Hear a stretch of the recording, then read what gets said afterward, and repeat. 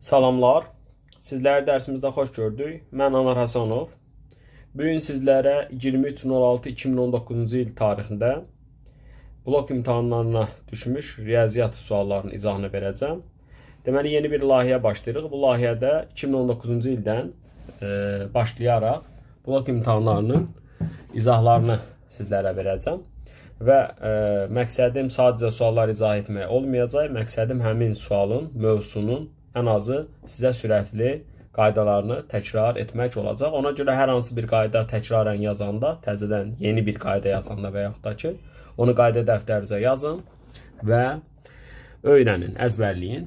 Vaxt itirmədən başlayaq suallarımıza. Bunları biz test 100 ilə işarələmişik. Yəni 100-dən başlayacaq testlərimiz. Çünki bundan əvvəl yadınıza gəlirsə, buraxılış imtahanlarımız üçün 27 dənə test izah etmişdi. Yəni ona uyğun da bloklar başlayır bizdə 100-dən. Başlayaq. Birinci sualımız törəmə ilə əlaqəli sualdır. Törəmə mövzusunu bilməlisiniz. Burada nə yadımıza salırıq? Y üstü x-in törəməsi özün verirdi. Və ya y üstü fx olsaydı, yəni mürəkkəb bir funksiya verilsəydi, özün verəcəkdi. Amma bunu mürəkkəb edən funksiyanın da törəməsinə vuracaqdıq. Məsələn, bax, y üstü sinus x-in törəməsini tapanda bu özün verirdi. Amma sinus x-in də törəməsinə bunu nə edirdik? Vururduq. Bu da olurdu. Kosinus x vurulsun y üstü sinus x. Biz burada sıfırdan törəmə keçmirik. Sadəcə bəzi qaydalar yazıca salırlar. Və bu nisbətin törəməsidir. U bölünsün v-nin törəməsidir. U bölünsün v-nin törəməsi, sürətin törəməsi vurulsun məxrəc idi. Məxrəcin törəməsi vurulsun sürət idi. Bölünsün məxrəcin kvadratı idi. Və burada çıxılsın var, görürsünüz. Hasil olsaydı u vurulsun v-nin törəməsi olacaqdı. O da sürətin törəməsi vurulsun digəri plus v-nin törəməsi vurulsun olacaqdı. Onda tətbiq etsək, sürətin törəməsi vurulsun məxrəc, çıxılsın məxrəcin törəməsi vurulsun sürət olur. Və bölünsün məxrəcin kvadratı olur. İndi y üstü x-in törəməsi özü idi. İkinin də törəməsi, sabitlərin törəməsi 0 idi. Digərində törəmə yoxdur, görürsünüz. Çıxılsın, burada törəmə yeni y üstü x qalır, amma mənfidir. Qabaqda da mənfi var, üstə gəl olur. Əslində bu topluluğunda var bunlar aid sual. Yəni topluluğun elə sualdır demək olar ki. Mötərizələr açıq yuxarıda sadələşdirsək 4 dənə y üstü x alırıq və burada da 2 çıxılsın y üstü x-in kvadratı alırıq. Aşağıda törəmədə olmur, aşağıda kvadrat olur. Deməli biz bu funksiyanın törəməsini almışıq 4 dənə y üstü x bölünsün 2 çıxılsın y üstü x-in kvadratı almışıq. İndi x 0 bərabərdir ln 3-ü yerinə qoyun. Yəni f törəmə ln 3 burada olur 4 üstü y üstü ln 3 bölünsün 2 çıxılsın y üstü ln 3 kvadrat. İndi lnləri yadımıza salaq. E üstü ln a a-nı verirdi. Deməli e üstü ln 3 3-ü verəcək. Deməli bu olacaq 4 vur 3. Bu da olacaq 2 çıxılsın 3-ün kvadratı. Bu da nəticədə 12 edəcək. Bu hansı düsturudur? Bu loqaritmada a-nın üstündə loqaritma a əsasından b, b-ni verirdi. Yəni məsələn 2 üstü loqaritma 2 əsasından 7, 7-ni verirdi. Həmin düsturdur. İkinci, düzgün tetraedrə aiddir, piramidalara aiddir. Düzgün tetraedr bütün tilləri eyni olan üçbucaqlı piramida idi. Və yaxud da bütün üzləri eyni bərabər tərəfli üçbucaq olan piramida idi. Bu piramidadır. Piramidanın düsturlarını sizə bir də yazıca salım. Növbəti imtahanlarda düzgün tetraedr o qədər ətraflı danışmayacağım. Bunun bütün tililərə aiddir. Yəni bütün üzləri bərabər tərəfli üçbucaqdır. Ona görə birinci S oturacaq və yaxud da ki, hər hansı bir üzünün sahəsi deyəndə o bərabər tərəfli üçbucağın sahəsi olurdu, belə tapılırdı. İkinci S yan səthin sahəsindən gedir. Bunun 3 dənə yan üzü var, olurdu 3 dənə S oturacaq. Üçüncü tam səthin sahəsindən gedirdi, bu 4 dənə S oturacaqdı. Dördüncü yan üzün hündürlüyünə apofem deyirdilər. Bura nə deyirdilər? Apofem deyirdilər. Yan üzün hündürlüyü. O bərabər tərəfli üçbucaqda hər hansı bir hündürlüyüdür. Akurat 3 bölünsün 2 ilə tapılırdı. Beşinci nə yazmaq olar? Ümumi hündürlük. Piramidanın ümumi hündürlüyü yuxarıdan aşağıya qədər, yəni təpədən oturacağa qədər olan məsafədir. Bu h idi. Və h-ın tapılma qaydası var. A vurulsun, kök altında 2 bölünsün 3 ilə tapılır. Bunu əzbərləyin və yaxud da ki olur, A kök altında 6 bölünsün 3. Sonra 6-cı düstur, həcm.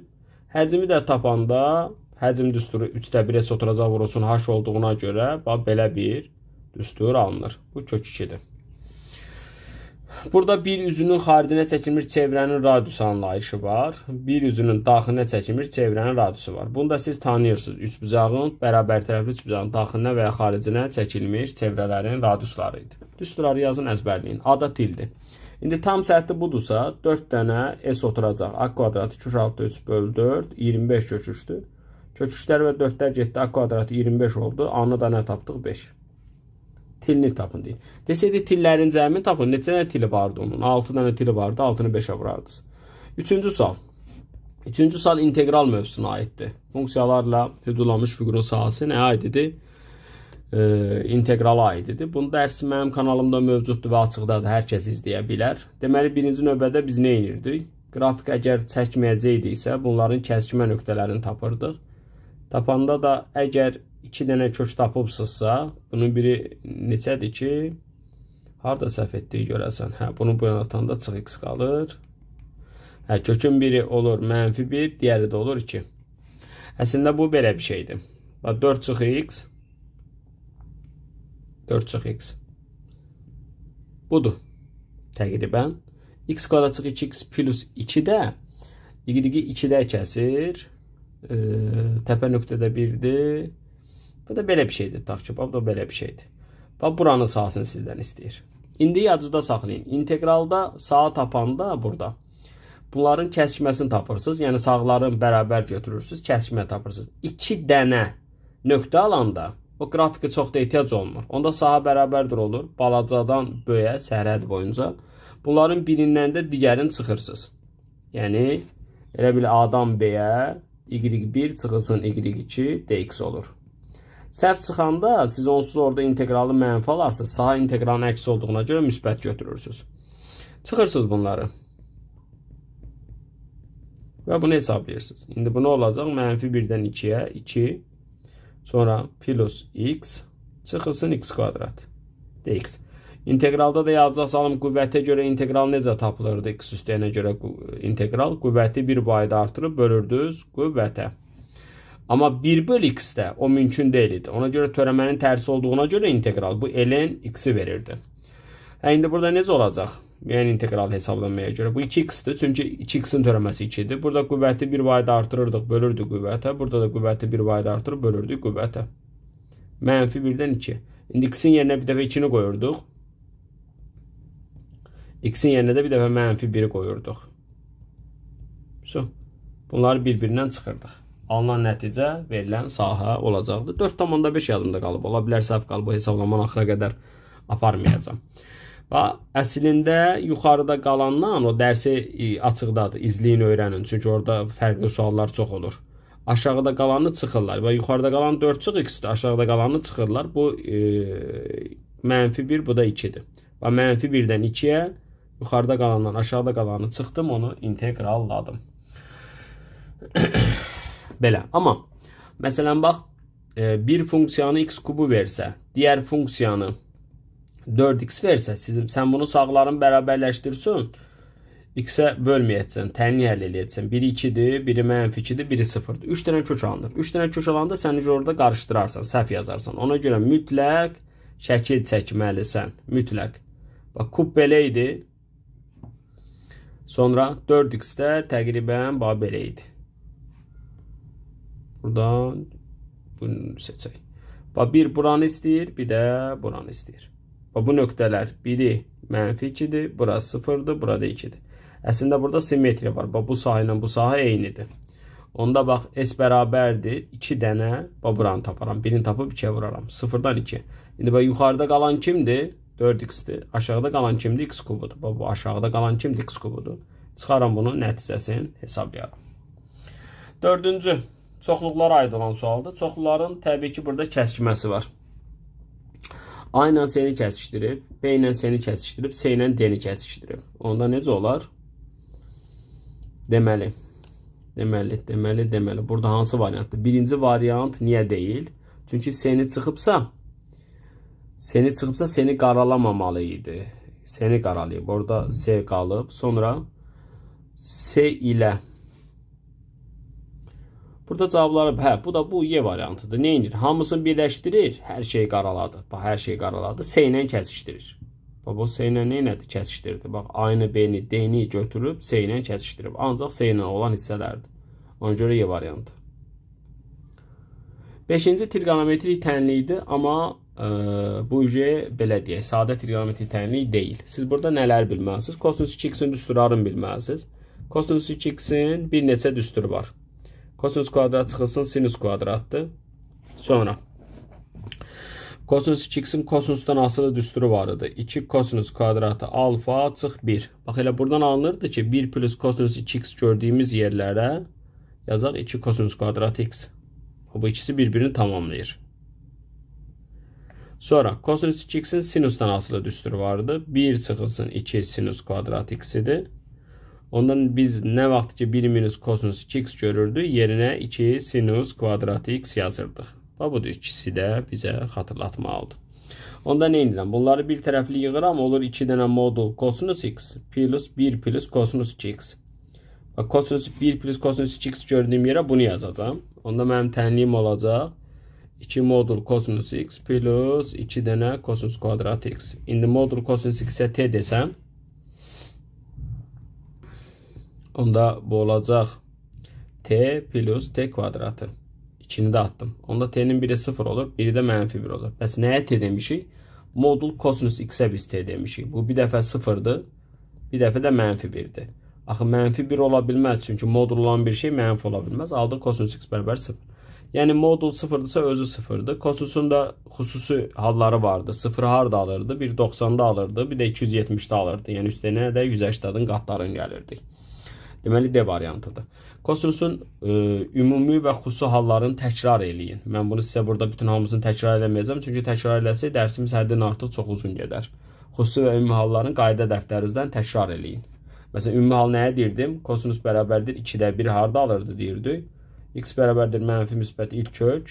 Üstünə gəl 2 pi k olurdu. Təkrar edin, yadca salın.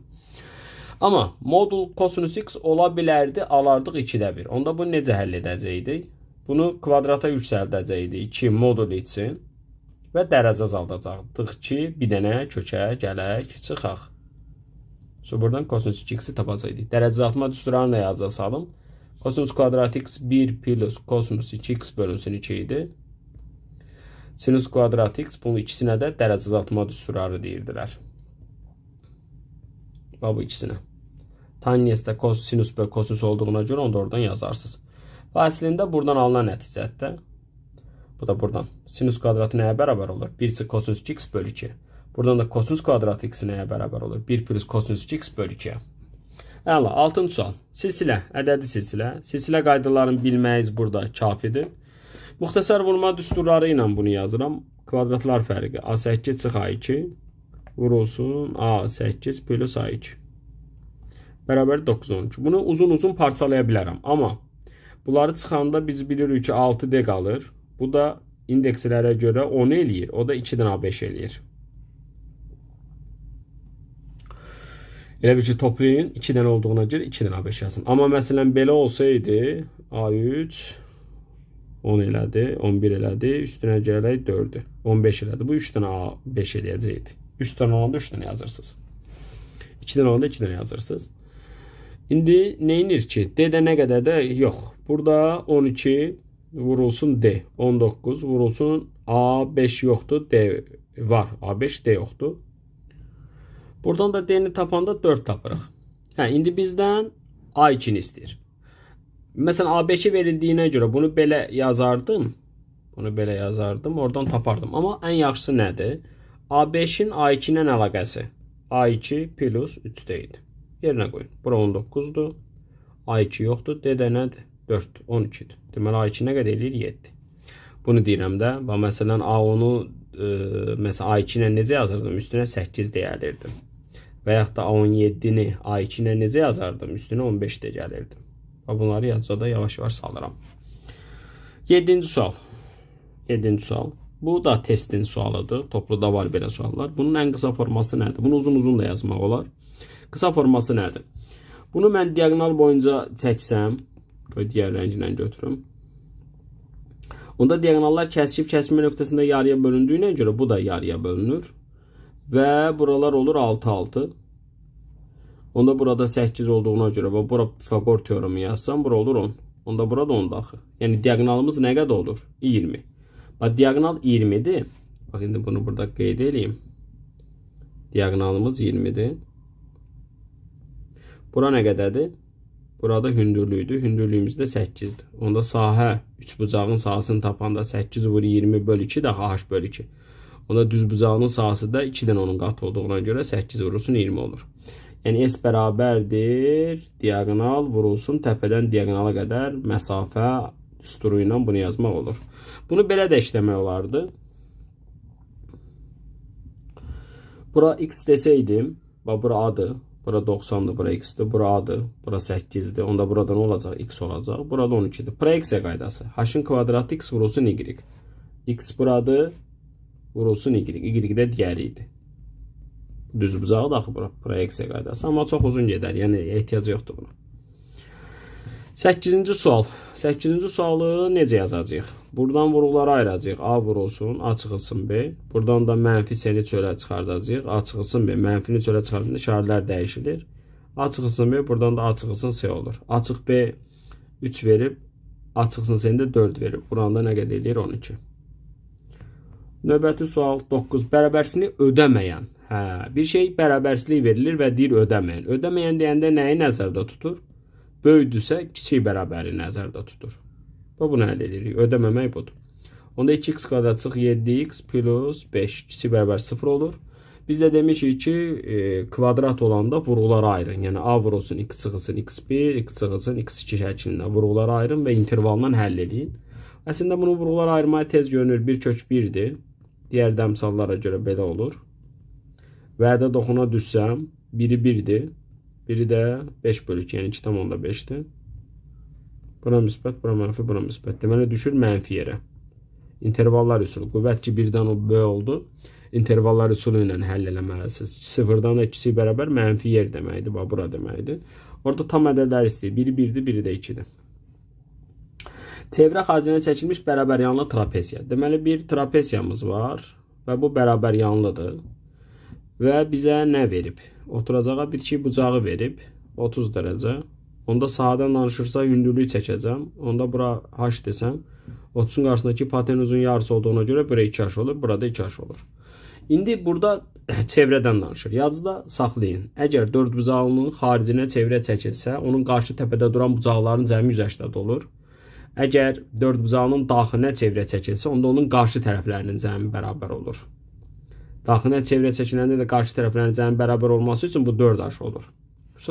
Onda sahə trapeziyada A plus B, yəni orta xətt vurulsun hündürlüyü idi. A plus B-nin yerinə 4h qoyanda bu da olur 2h kvadrat və bunu 128 verib. Onda h kvadrat 64, h olur 8.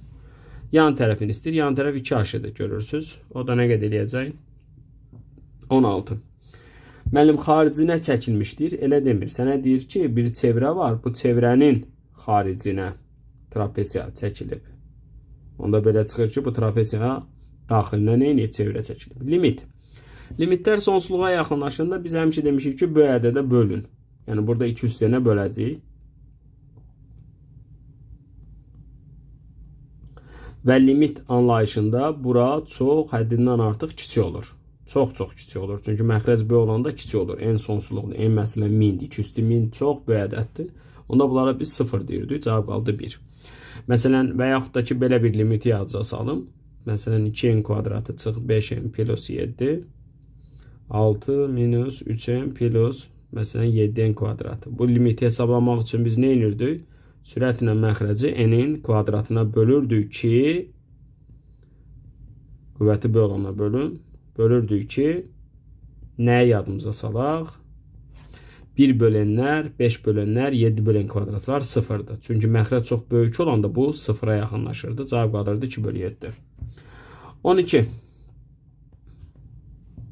Paralel köçürmədə yəni yazır ki, A nöqtəsi -1 2-dən paralel köçüb B nöqtəsi 2 1-ə. Bax, paralel köçürmədə x-i nə edib? Bax, son x-i almaq üçün əvvəlki x-i nə edib? 3 vaid artırıb. Y-i nə edib? 1 vaid azaldıb. Elə bir ki, bax, bu x-y nöqtəsini gətirib qoyub x2, y2. Hansı qayda ilə? X-i 3 vaid artırmaqla, y-i 1 vaid azaltmaqla gətirir. Sonra deyir, -4 4 nöqtəsi hansı nöqtəyə keçər? İndi yenə başlanğıc nöqtə -4 4 verir. Onda necə idi bu? X 3 vaid artıracaqdı. Qalır -1. Y 1 vaid azaldacaqdı. Qalır 3. Bu variant. Və görürsünüz, X 3 vaid artırır. Y 1 vaid azaldır. X 3 vaid artırdım. Y 1 vaid azaltdım. 13-cü sual. İfadəni sadələşdirin. Çevirmə düsturlarını yadınıza salın. Pi bölü 2, pi bölü 2 plus minus alfa. 3 pi bölü 2 plus minus alfa. Yəni 270 və 90'da biz deyirdik ad dəyişilir. Dəyişilir. Amma pi plus minus alfa ilə 2 pi plus minus alfada ad dəyişmə deyirdik. Və lübə bax deyirdik. Yəni kotaniyası pi bölü 2 plus alfada 90'ın üstüne bir şey gəlirsənsə bu ikinci rübdür. Yəni bunun cavabı mənfi olacaq. O alfadan da asılıdır. Deməli ad dəyişilir və mənfi olur. İndi kotaniyası taniyasa vuranda 1 eləyirdi. Qabaqda mənfi var. O da eləyir -1. Ayrıca taniyasının öz düsturu nə idi? Sinus bölünsün kosinusudur. Kotaniyasının düsturu nə idi? Kosinus bölünsün sinusudur. Belə. Məsələn, bax, növbətində kosinus 3 pi bölünsün 2 minus alfadan danışsa, bu 3-cü rübə aiddir. 270'dən bucaq çıxırsan. Deməli, cavab mənfidir. Bu ad dəyişilir. Sinus alfa edir. Çünki kosinus 1 ilə 4'dən müsbətidir. Və onları biz burada hamısını bir-bir keçən deyilik. Təkrar eləyin onları. Sxemdə buğdadan müəyyən itki ilə undan çörəyin alınması göstərilib. 3 kilogram buğda. Deməli 3 kilogram 20% itkisi gedib. Qalıb 80%. 300'ün 80%. Gelir 240. Deməli x elədi 240. 240'dan da 30% artım var. 30% artım. Yəni ora niyə artım olur? Məlumdur ki, əlavə qatqılar olur. Su əlavə olunur və yaxud da ki. Deməli 240 100%'dir. Bunu deyir 30% artır. Yəni 130%'ını tap. Bu da olur 24 vur 13. 24 13'e vuranda 312 eləyir. 15-ci sual. Tərəfləri 12, 15, 9, 13 bucağın medianlarının kəsişmə nöqtəsindən. Çox qəşəng sualdır, çox da çaşdırıcı sualdır və bu daha bizim dimdə, topluda bu sual var. Elə bu imtahana düşəndən sonra o sualı ora əlavə etmişdilər. Deməli, medianların kəsişdiyi nöqtəyə biz ağırlıq mərkəzi deyirdik və ağırlıq mərkəzi nə mənada ona deyirlər? Ağırlıq, yəni sahəni 3 dənə bərabər yerə burada bu şəkil üçün bölür. Hamısını çəksəm 6 dənə şəkil 3 bucağa alınır, 6 yerə bölünür. İndi kiçik buradır. Bura 12 olsun, burada 15 olsun. Əslində bu düz bucaqlı 3 bucaqdır da. Bunu tam çəksəydi, əslində bu düz bucaqlı 3 bucaqdır. Bura 9, bura 12, bura 15. Da eybi yoxdur, belə çəkmişəm. Bura 90 dərəcəymiş ki. Amma bunu 90 dərəcə olması vacib deyil. Yəni çox da ehtiyac yoxdur. Yazıb ki, medianların kəsmə nöqtəsindən kiçik tərəfə qədər məsafədən. Bax, burada şagirdlər harada səhv edir? Elə bilir ki, bunu tapacam. Bura x, bura 2x olacaq. Medianların kəsişdiyi nöqtədə ağırlıq mərkəzi idi və o nöqtədə medianlar təpədən başlayaraq 2/1 nisbətində bölünürdü. Elə bilirlər ki, bu məntiqə əsaslanacaq. Xeyr. Çünki bu məsafə 90 ilə ölçülür. O məsafə gərək hündürlük kimi çəkilsin. Median da hündürlüyü deyil. Medianın hündürlüyü olduğu hal hardadır? Bərabər yanı 3 bucaqdadır. Deməli, bu x istəyir. Bu 3 bucaqdır. Bu 3 bucağın sahəsi necə tapılır? Tərəf vurulsun hündürlüyü bölü 2. Və bu 3 bucağın sahəsi bütün 3 bucağın sahəsinin 1/3 hissəsidir. Çünki bunlar eynidir sadəcə. İndi bütün 3 bucaqdan düz bucaqlı 3 bucaq olduğuna görə kateter asili bölünsün 2 idi. Bunu da 3'e böləcəyik. İndi bu 9'lar getdi. Bu 2'lər getdi. X oldu nə qədər? 4. Ümumi halda belə demək olar. Və hər hansı bir ABC tərəfli 3 bucaq olsun. Onda medianların kəsişdiyi nöqtədə bura olsun. Və buradan C tərəfinə qədər olan məsafəni istəyir. Bu məsafədə buradan belə gələcək. Hündürlüyüdür. Buna bir x deyək. Deməli, x vurur C bölünsün 2 3 bucağın sahəsidir. Bu 3 bucağın sahəsidir. Və bu 3 bucağın sahəsi bütün 3 bucağın sahəsinin 1/3-idir. Bəs bütün 3 bucağın sahəsini nə ilə tapacam? Heron düsturu ilə. Heronla. Heron necə tapılırdı? Kök altında P vur P minus A, P minus B və P minus C ilə tapılırdı. Loqaritmada qüvvət anlayışı. Qüvvətlər çölə çıxırdı. 3 çölə çıxacaq, 2 edəcək, 6 eləyəcək. 20 çölə çıxacaq. Siz ən yaxşısı bütün qaydaları təkrar eləyib sınaqları işləməlisiniz. Hər tərəf 26-ya böləndə loqaritm hissəsindən x olur 2. İndi loqaritmi tənlikləri yadımıza salaq. Loqaritma A hissəsindən x bərabərdir B olanda x-imiz nə olurdu? A-nın üstündə B olurdu. Deməli x olacaq 3 üstü 2. Vurğulara ayırın. Bunu parçalamaqla da ayırmaq olar. Vurub açmaqla da baxmaq olar ki, bu variantdır. Parçalamaqla ayıraq. Deməli 3 kök altı x-i kök altı x ilə, bir də 2 kök altı x ilə ayırırıq. Viet teoremi ilə də görünərdi. Buradan kök x-i çölə çıxardanda kök x plus kök altı y alınır. Buradan da 2 kök altı y çölə çıxardanda buradan kök altı x, bu da kök altı y-in kvadratıdır. Plus kök altı y alınır. Və kök altı x plus kök altı y çölə çıxardanda alınır kök altı x plus 2 kök altında y. 17-ci sual da bitdi. 18-ci sual müstəvilərdə siz kitablardan düsturlar, o teoremləri öyrənməlisiniz. Ona görə yəni bu hökmən deyil ki, belə düşəcək.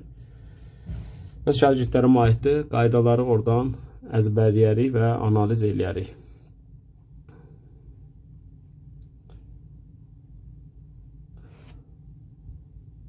D variantıdır burada. Neyse. 19. 19'da A ilə B nöqtələrinin koordinatlarını verib. İki nöqtə arasındakı məsafə düsturu var idi. Və yaxud da ki, bunların görürsünüz ki, x-ləri eyni olduğuna görə məsafə y oxunca ödənilir. 8-dən 2 çıxırıq, 6 eləyir. Və bu paralelogramdır. Paralelogramın qarşı tərəfləri eyni olduğuna görə burada 6 eləyir. Və bu y oxu üzərinə düşdüyünə görə bu C nöqtəsinin koordinatı var. Koordinat başlanğıcından başlayır. X-i 0-dır, y-i də 6-dır. Koordinatların cəmini istəyir, olur 6. Bir də əks halda paralelogramda belə də yazmaq olardı. Diagonallar kəsişir, kəsişmə nöqtəsində yarıya bölünür. Bu orta nöqtə ilə də getmək olardı, amma ən rahatı budur. Bir də iki nöqtə arasındakı məsafə düsturu vardı. Kök altında x2 çıxılsın x1-in kvadratı idi. y2 çıxılsın y1-in kvadratı idi. 19. 20. Viet teoremi yada düşür. Bir də loqaritmada qüvvət çölə çıxartma yada düşür. 4-də 1 2 üstü mənfi 2-dir. Bu da x2-nin kvadratıdır. Deməli, burada köklər onsuz hasili müsbət verilib. Cəm də müsbətdir. Köklər müsbətdir. Bu 2 də çölə çıxır. Bu mənfi 2 də çölə çıxır. Onda da loqaritma 2-də x2 və mənfi. Çünki qüvvətlər çölə çıxırdı da. Burada a üstü x, burada b üstü y, y yuxarı, x də aşağı düşürdü. Qalırdı loqaritma asasından b. Onda mənim bu sualım gəlir loqaritma 2-də x1 plus loqaritma 2 əsasından x2 olur. Və loqaritmanın əsasları eyni olanda toplayanda biz vururduq. İndi x1, x2 lazımmış. Viet teoremini də hamımız bilirik. Viet teoremi x1 vur x2 C böl A-dır. C 4'dür, A da 10'da 5'dir. Böləndə də bu eləyir 8. Deməli, bu da olur loqaritma 2-də 8. Bu da eləyir cavab 3. 20-ci suala da cavab verdik. Sonra 21. Funksiyanın təyin oblastı. Funksiyanın təyin oblastı x-lərin ala biləcəyi qiymətləridir. Yəni kökün altındakı bir ifadədə x-lərə nələr verə bilərik, onu araşdırırıq. X plus 4 0-dan böyük bərabər olmalıdır. Onda buradan da x böyük bərabərdir, mənfi 4 olur. B variantı. Amma bunun qiymətləri oblastını istəsəydik. Qiymətlər oblastı y-lərdir. Yəni y-lər nələr olar? Yəni y bu kök altı ifadədir. Kök altı ifadədə bu 0 alırmı? X-ə mənfi 4 verəndə alır. Deməli 0-dan başlayardı sonsuzluğa. Bu qiymətlər oblastı olardı. Və burada fərq nədədir? Əgər bunu belə versə, təyin oblastı təbii ki x-lərdir və təyin oblastı burada mənfiyə görə dəyişilir. Yəni 4-dən ikisi bərabərlər verməlisiniz. Amma qiymətli oblastı y-lərdir. Y-lər dəyişilmir. Yenə də olur 0 sonsuzluq. Çünki 4 verəndə 0 olur və 4-dən balaca verəndə o böyüyür. Məsələn, mənfi 5 verəndə 9 olur, yəni 3 alır. Kökaltı ifadələrdə təyin oblastı əslində burası cüt olanda, cüt dərəcədən. Məsələn 2, 4, 6-cı dərəcədən təyin oblastı f(x)i böyük bərabər 0 götürüb həll etməlisiniz. Bunu bilin. Viet teoremi. Çelmiş kvadrat tənliyi. Çelmiş kvadrat tənliyi x kvadrat plus px plus q-dür. Və mən burada mənfi p köklər cəmi idi. Q də köklərin hasili idi. Aparın yerinə qoyun da. Bunu toplayanda buraya edir 2. Bunu da vuranda bu eləyir -4. Çünki 1 çıx kök 5'i 1 plus kök 5'e vuranda eləyir 1 çıx 5 -4. Onda p -2'dir. Onda tənliyimiz x kvadrat çıx 2 çıxılsın 4 olur. Və yaxud mən burada da sizə bir şey deyim. Ta ki bir kök budur. Bu kökü bərabər edirəm buna. Və 1'i atıram bu yana qalır bu. Hər tərəfi kvadrata yüksəldirəm. 5'i də atanda deliyim. Bu variant alınır. 23. Bu da tənlilər sistemidir və elə topluda bu sual daha var. Bu muxtəsər vurma düsturudur. 4x çıx 1'in kvadratıdır. Mən buradan y-i tapsam, belə eləyək də. Kvadratlar nə vaxtı bərabər olur? Ya bir dəfə olduğu kimi özləri imiş. Onda burada 3'ü oyuna atsam y bərabərdir olur x çıx 1. Onda qoyaq burada da y çıx x -1 imiş. X plus y də 3 imiş. Sistemi həll eləyək. Toplayaq. 2y bərabərdir 2. Y oldu 1. X oldu 2. Həllər bulardı. Ya da mesela a kvadratı bərabərdir b kvadratı nə vaxt olurdu? Ya a bərabərdir b olurdu ya da a bərabərdir -b olurdu. -b'si ödənmir. Çünki 4y plus 3 onda 1 çıx 4x olar. Onda bu yana atsaq ödənmir. Çünki buradan 4'ü çölə çıxardanda y plus x 3'dür. 3'ü 4'ə vuranda -2 eləməz. Əvəzləmə ilə də yazmaq olardı, uzun gedərdi. 24. Katetləri 16 12 olan düzbucaqlı üçbucağın kiçik kateti ətrafında. Bu konusdur. Düzbucaqlı üçbucağı bir tərəf ətrafında fırlanmasına alınan cisim konusdur və fırlanan tərəf həmişə deyirdik radius olur. Bizə də deyir ki, kiçik katet ətrafında fırlat. Deməli mən böyük kateti fırladacağam. Bu konus alınacaq. Oldu konus. Konusda yazacaq salaq burada bir.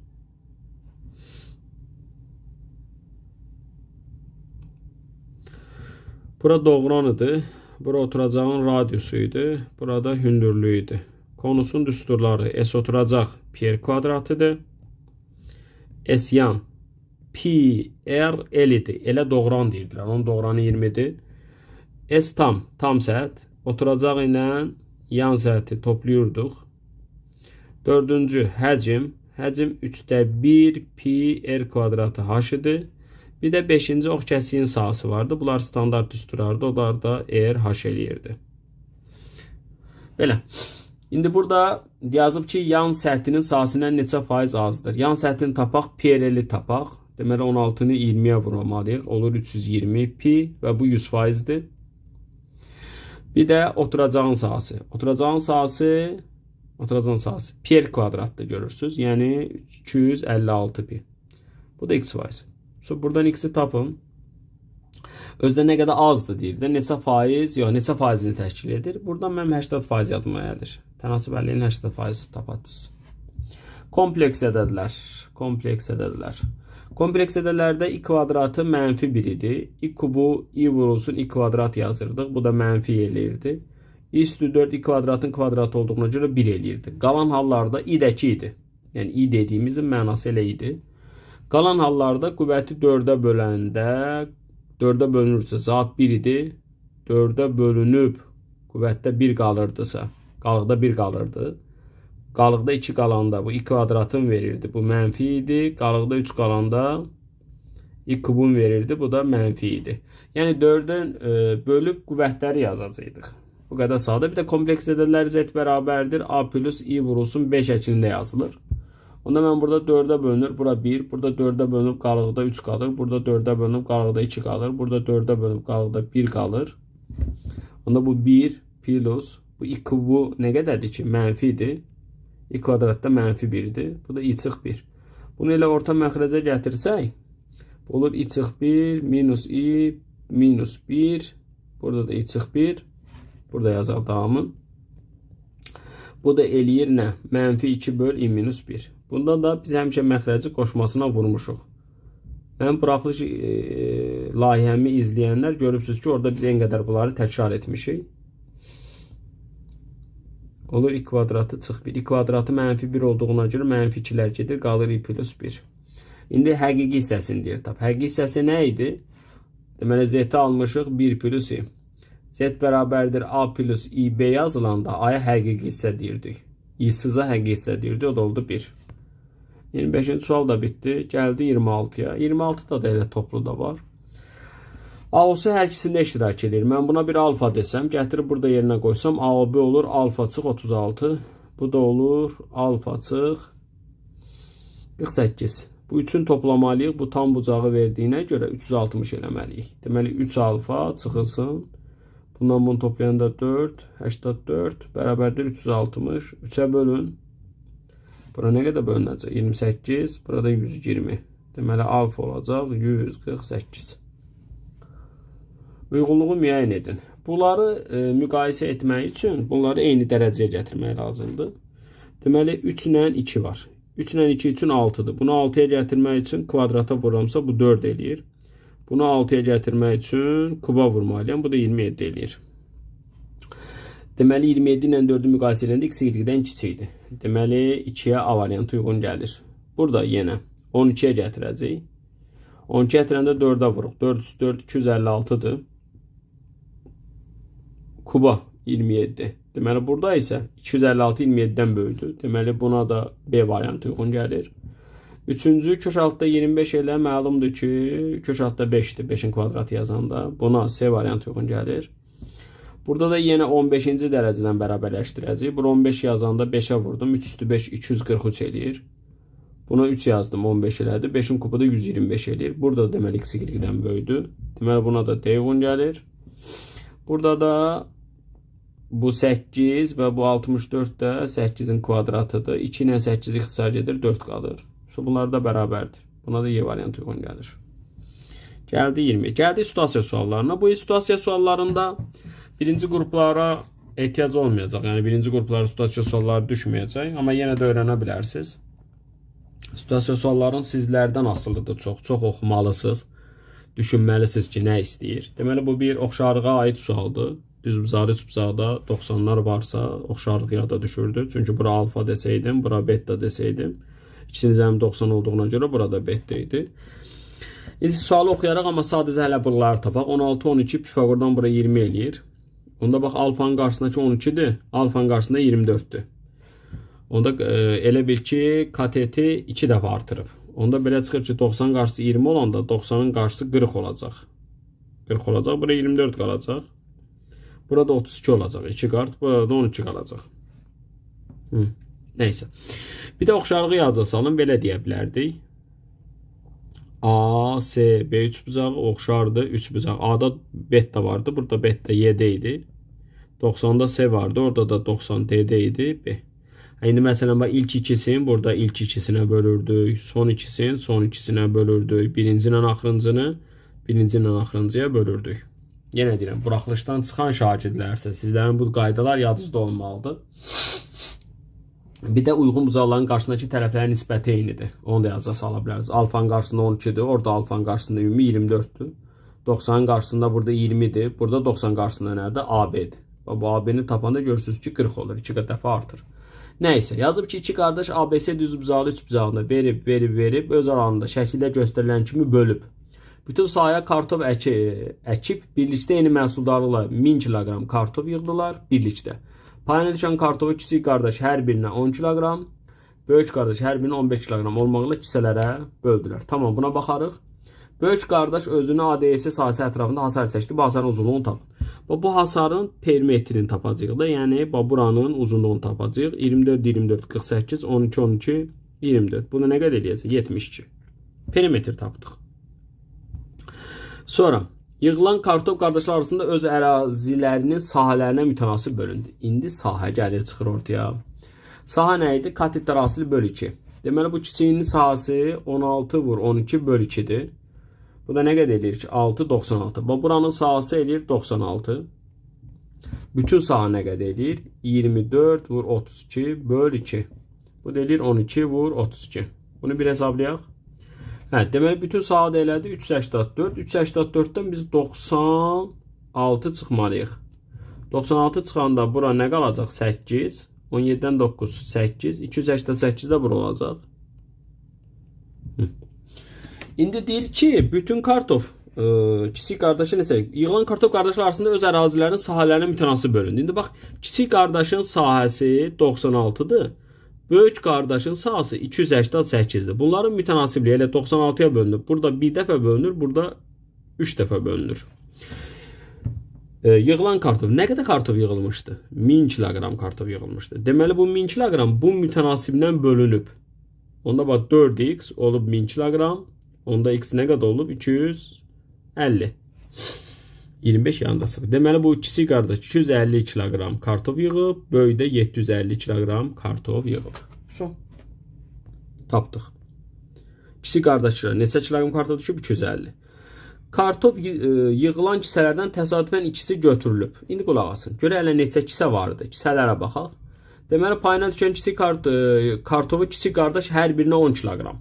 Deməli bu kiçik qardaşın kartofu 250 idi, böyük qardaşın kartof 750 idi. Bu 250-ni 10 kiloqramlarla bölüb 25 kisəsi olub. Bu da 750-ni 15-ə bölüb. Burada da nə qədər düşür ki? 50 mi olur? 50 kisə də bunun olub. Onda belə çıxır ki, bütöv neçə dənə kisə var? 75 kisə var. İndi baxaq. Kartofda yığılan kisələrdən təsadüfən ikisi götürülüb. Ehtimalı soruşur. Ehtimal necə tapılırdı? Şərt halındakı hadisələrin sayı bütün hadisələrin sayına bölünürdü. Şərt nədir? Bütün nədir? Bütün 75 kisə var, ikisini götürüblər. O nə idi? Kombinzon. Seçim məsələləri kombinzonudur.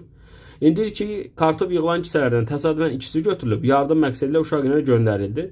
Göndərilən kisələrdən yalnız birinin 10 kiloqramlıq olması. 10 kiloqramlıq nə qədər idi? 25 dənə kisə vardı. Deməli 2 dənə kisə götürməlisən. Bunun biri bundan olmalıdır. Biri nədən nə qalır bundan? 25 kisədən bir dənə götürəndə 25 üsulundan götürə bilərsən. 50 kisədən də bir dənə götürəndə 50 üsulundan. Çünki burada və var. Ona görə vururuq. Bax 2 dənə kisə götürməlisən. Birin buradan, birin buradan. Kombinzon 25-dən 1 elə 25 idi.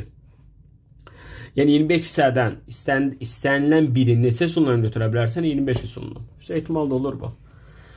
Belə. Deməli burada ola bilsin vaxtımız çox çəkdi. Çünki biraz ətraflı danışdım. Konusdan danışdım. Sonrası üçün qaydalarınızı yadımıza salaq. Məsələn, oxşarlıqdan danışdım. Məsələn, təyin oblasından biraz ətraflı danışdım. Mediandan ətraflı danışdım. Yəni boş sualları mən tez-tez əldə eləsəm tez əldə eləyərəm. Amma məqsədim sizə ümumi təkrardır. Deməli görürsünüz ki, trigonometriyanı çox gözəl şəkildə bilməlisiniz. İntegralı çox gözəl şəkildə bilməlisiniz. Törəməni çox gözəl şəkildə bilməlisiniz. Blokun mövzuları kompleksədədən çox olur. Limit olur. Trigonometriya olur. Tənlik olur, hesablama olur. İndi özdə çox o sual düşə bilər oradan. İntegral olur. Törəmənin mövzuları olur. Bunlarda diqqətli olun. Növbəti qəbul izahı ilə görüşərik. Hər birinizə uğurlar.